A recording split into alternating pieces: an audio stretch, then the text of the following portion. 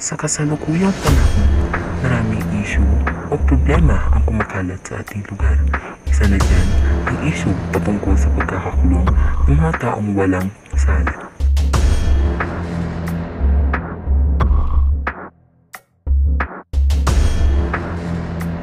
Ngayong araw, ating matutunghayan ang istorya ni Manong Roberto.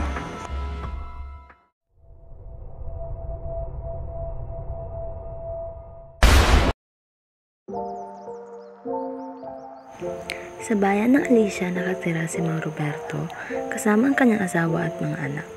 Si Mang Roberto ay palaging nagtatrabaho upang makalikom na pera sa pagpapaaral sa dalawang babaeng anak.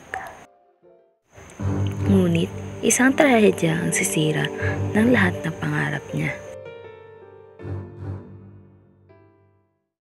Si Josa ay masayang naglalakad pa uwi ng kanilang tahanan nang biglang may umablot sa kanya.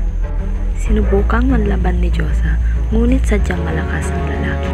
At sa hindi inaasahan, nasaksak ng lalaki si Josa dahilan ng kanyang pagkamatay. Agad na tumakas ang lalaki bago pa may makakita sa kanya. At doon, saktong napadaan si Mang Roberto. Habang naglalakad, agad siyang may napansin.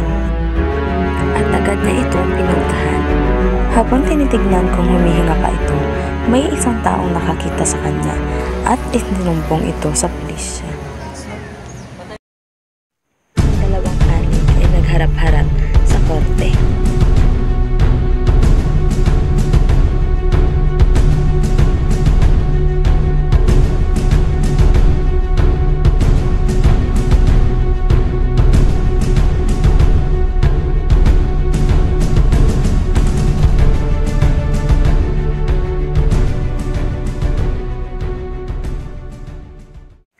Sa huli, nakulong si Roberto kahit na ito ay walang kasalanan.